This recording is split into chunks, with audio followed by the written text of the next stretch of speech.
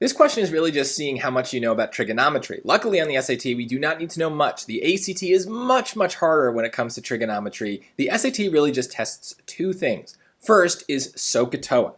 Basically, what are the definitions of sine, cosine, and tangent? And we can see here that sine of x is going to be opposite over hypotenuse. That's not an answer. So choice B is tempting because it kind of reminds us of SOHCAHTOA, but opposite over adjacent is tangent. So this is just not correct.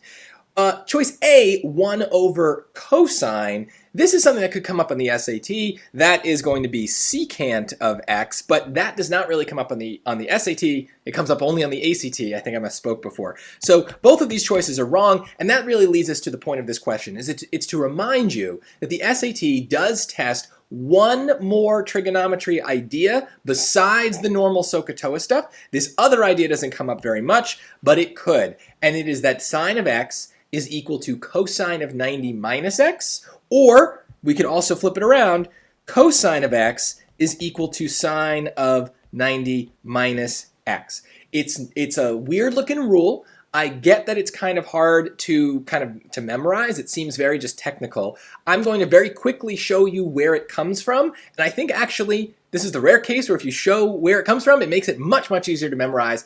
Basically what we're doing is just a very quick right triangle. So if I have a right triangle, I've got a 90-degree angle, and I also have two other angles that are not 90 degrees, that are less than 90, and together we're going to call one of them x.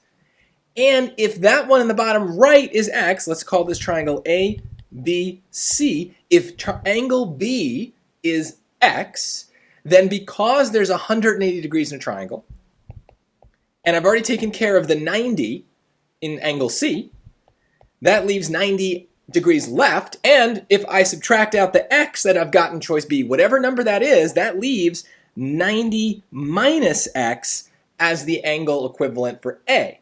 So obviously if we had numbers, this would be much easier to kind of comprehend, but the point of the formula is that the numbers don't matter, right? Because no matter what, angle A and angle B are always going to add to 90 when we have a right triangle. It is just the rule. And so how does SOHCAHTOA play into this? Well, if we did sine of x, right? So here's my x. Sine is opposite over hypotenuse. So in this case, the sine of x would be AC over AB. Cool. If we did cosine of 90 minus x, now we're at the top of the triangle again, angle A, right? So up here, and the cosine of that, cosine is adjacent over hypotenuse.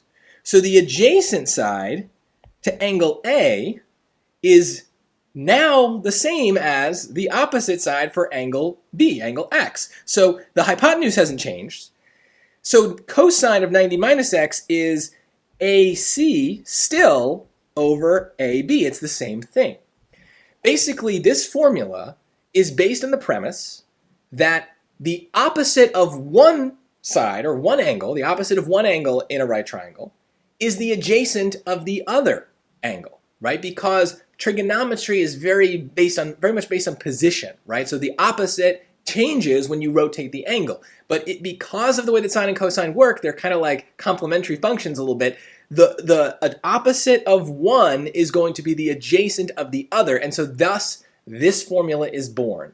Hopefully that makes it easy enough for you to derive in the moment if you need it on a hard SAT trigonometry question.